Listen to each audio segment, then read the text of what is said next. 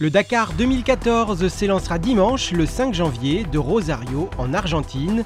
Objectif rallier Valparaiso au Chili le 18 janvier, en passant pour la première fois par la Bolivie.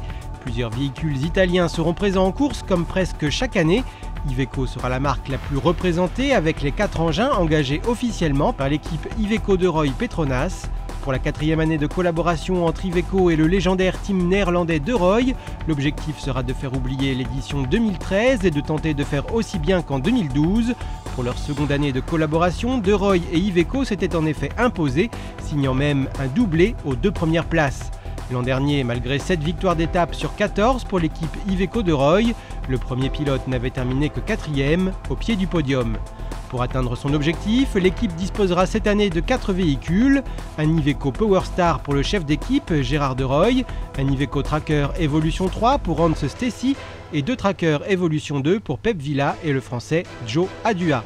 Les 4 véhicules sont propulsés par le moteur Cursor 13 de 13 litres, conçu par Fiat Powertrain Industrial, un moteur qui peut fournir 900 chevaux et un couple maximal de 3800 Nm à 1100 tours minute.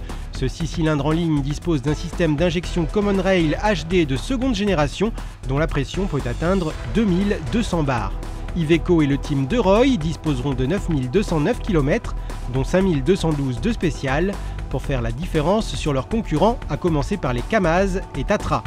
Côté auto, un peu moins de kilomètres à parcourir puisque le compteur des arrivants à Valparaiso totalisera 8739 km, dont 5220 de spécial. Parmi les voitures, on retrouvera un des 2 exemplaires de la petite Pandacar, conçue par Fiat et Abarth en 2006, pour le Dakar 2007 avec Niki Biasion et Bruno Sabi. Exploitée depuis par l'équipe italienne Orobica Red, elle sera aux mains de Giulio Verzelletti et portera le numéro 454, soit celui de la dernière auto engagée dans cette édition 2014. C'est la 4e fois que les Pandacar seront au départ du rallye, puisqu'après l'expérience 2007, elles avaient de nouveau été engagées par l'équipe Pandacar en 2011 et 2012, Giulio Verzelletti ayant d'ailleurs déjà été à bord de l'une d'elles en 2011.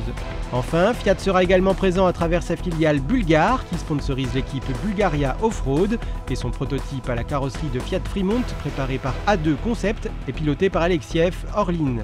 Nous vous donnerons régulièrement des nouvelles de leurs courses respectives, notamment via nos pages Facebook et Twitter.